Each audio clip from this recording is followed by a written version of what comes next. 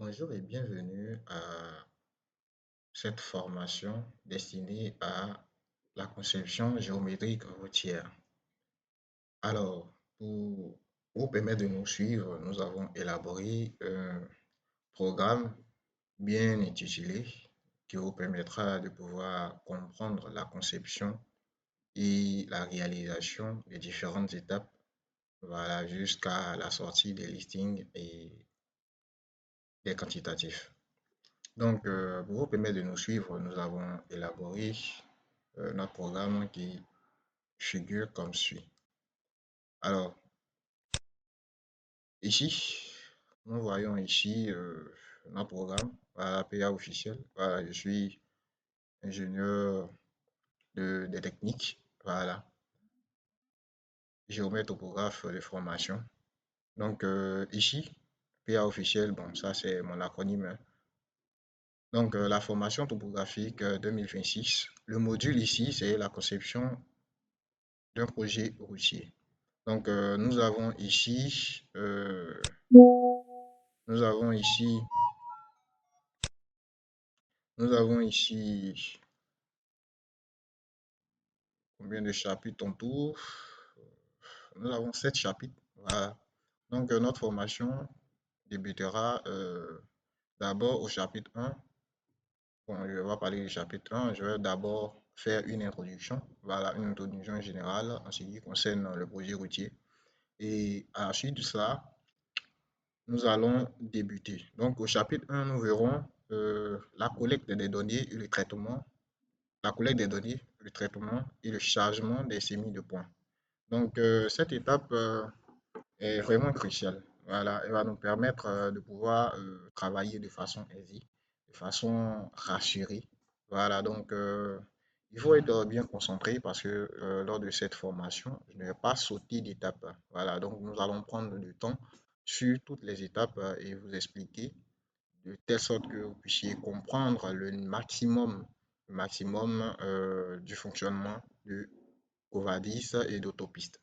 Voilà, donc dans le chapitre 1, en ce qui concerne la collecte, le traitement et le chargement des semis, nous avons subdivisé cela en 4 leçons. Donc la leçon 1, la première leçon va consister en la collecte des points sur Google Earth. Voilà, donc Google Earth Pro, c'est par là que je vais faire mes leviers. Voilà, c'est-à-dire la collecte des points, coordonnées X, Y, Z, les points fournis par le topographe. Voilà, donc c'est avec ce logiciel que je vais avoir ces points.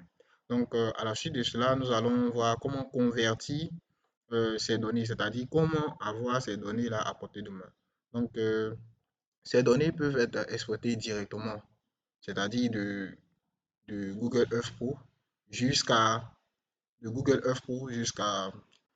comment dirais-je, jusqu'à AutoCAD en passant par QGIS ou en faisant un pré-traitement sur GPS Visualizer et à la suite finaliser le traitement sur Excel.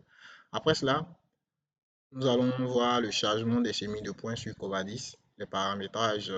En leçon 4, nous verrons quelques paramétrages qu'il faut faire avant de, bien évidemment, débuter le projet. Donc, dans le chapitre 2, nous verrons le modèle numérique de terrain. Donc, nous verrons dans ce chapitre, nous verrons en tout 3 leçons. Donc 3 leçons, mais il y aura plusieurs explications. Donc nous allons comprendre la notion de MNT, pourquoi on le calcule.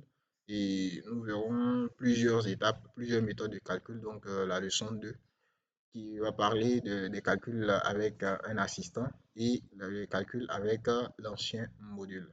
Donc le chapitre 3 sera consacré à l'axe en plan. Donc l'axe en plan, nous verrons c'est quoi réellement l'axe en plan, quel est son rôle et tout. Nous verrons l'axe en plan dans la première leçon. Dans la deuxième leçon, nous verrons les éléments de l'axe en plan. Donc quels sont les éléments qui constituent l'axe en plan et pourquoi ces éléments-là. Donc, après cela, nous verrons les paramétrages et comment tabuler, c'est-à-dire comment diviser, sectionner notre axe afin de bien travailler. Euh, dans le chapitre 3, ouais, on a fini le chapitre 3. Donc, dans le chapitre 4, nous verrons le profil en long. Donc, comment est-ce que nous allons voir de façon linéaire notre profil en long. Terrain naturel, bien sûr. Donc, il faudrait savoir qu'il existe plusieurs types de profils en long. Donc, le profil en long terrain naturel, le profil en long projet, et le profil en long et le profil en travers. Donc, on peut se considérer comme un profil en long, voilà, avec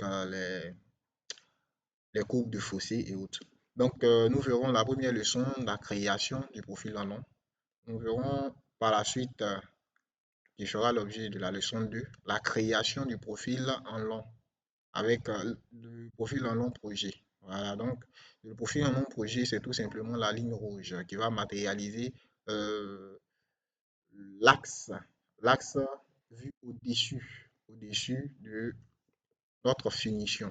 Voilà, donc nous allons comprendre le paramétrage du cartouche du profil en long. Comment est-ce que on peut disposer, comment est-ce qu'on peut modeler, comment est-ce qu'on peut augmenter l'échelle et autres. Donc, ça sera la leçon 3. Dans le chapitre 5, nous verrons le profil type. Donc, le profil type, quels sont, comment et comment allons-nous prendre, voilà, pour la conception de ces profils types-là. Donc, c'est quoi réellement un profil type et autres. Donc, ça sera en tout 2 leçons. Mais le profil type et le profil en travers, ces 2 leçons combinées, c'est le cœur même de la formation. Parce que réussir ces 2 étapes-là, c'est réussir son projet routier. Donc, nous verrons en chapitre 6 le profil en travers. Le profil en travers, nous verrons le calcul du projet, le paramétrage du profil en travers et les tracés des courbes de fossé. Bon, je vais ajouter encore une leçon qui sera le tracé combiné. Voilà. Donc, après les profils en travers et le calcul du projet, nous avons généralement fini notre projet. Voilà. Donc, lorsque nous finissons le projet, il y a lieu de passer à l'exploitation, c'est-à-dire comment exploiter le projet qu'on a créé. Voilà, donc pour cela, nous allons avoir le chapitre 7 qui va parler des listings des éléments de tracé, c'est-à-dire comment avoir ces différentes données-là afin de partir matérialiser sur le terrain. Donc, nous verrons la mise en page, comment faire les mises en page sur le logiciel. Donc ici, nous avons une idée de ce qu'est le profil en long. Voilà, donc ici, ça c'est le profil en long terrain naturel. Nous voyons la ligne verte, tout simplement. Voilà, avec le cartouche qui est là. Nous avons ici le profil en long projet, c'est-à-dire ici, on a 2 courbes. C'est-à-dire la courbe verte qui va représenter ce qu'on va appeler le profil en long terrain naturel et la courbe en rouge qui va matérialiser la courbe projet. Voilà. Donc ici, juste en dessous, nous voyons ici un profil avec des accotements. Donc voici ici les accotements. Voilà, donc ça c'est la chaussée avec les pentes. Donc ça c'est euh, une route en toit. Voilà, une route en toit, c'est-à-dire en forme de toit. Voilà, donc des versants de part et d'autre. Donc nous allons lors de notre formation, réaliser ce type de profil type-là. Donc ici, nous avons également un autre profil type. Voilà, donc nous allons apprendre à concevoir tous ces possibilités-là, ces profils type. Donc, nous avons une coupe de la route avec ces différents éléments qui la composent. Donc, nous avons ici la chaussée. Nous allons également parler des bandes ou bien des marques que vous pouvez retrouver sur la route.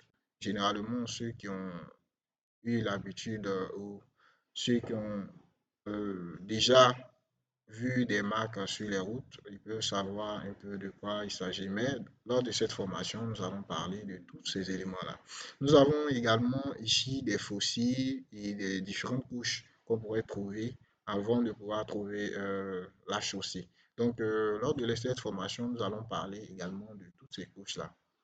Euh, et ça sera une formation vraiment intéressante pour les topographes, pour les concepteurs. Et merci de pouvoir nous suivre et soyez attentifs afin que notre formation puisse bien se dérouler. Si vous avez des questions et des suggestions, n'hésitez pas à les laisser en commentaire. Voilà, ça me ferait plaisir et ça me permettrait de produire des vidéos encore pour vous permettre de pouvoir va être aisé tout au long de cette formation. Donc, merci et nous allons débuter notre première leçon qui est la collecte des points sur Google Earth. Donc, le chapitre 1. Donc, nous allons voir ici le chapitre 1. OK.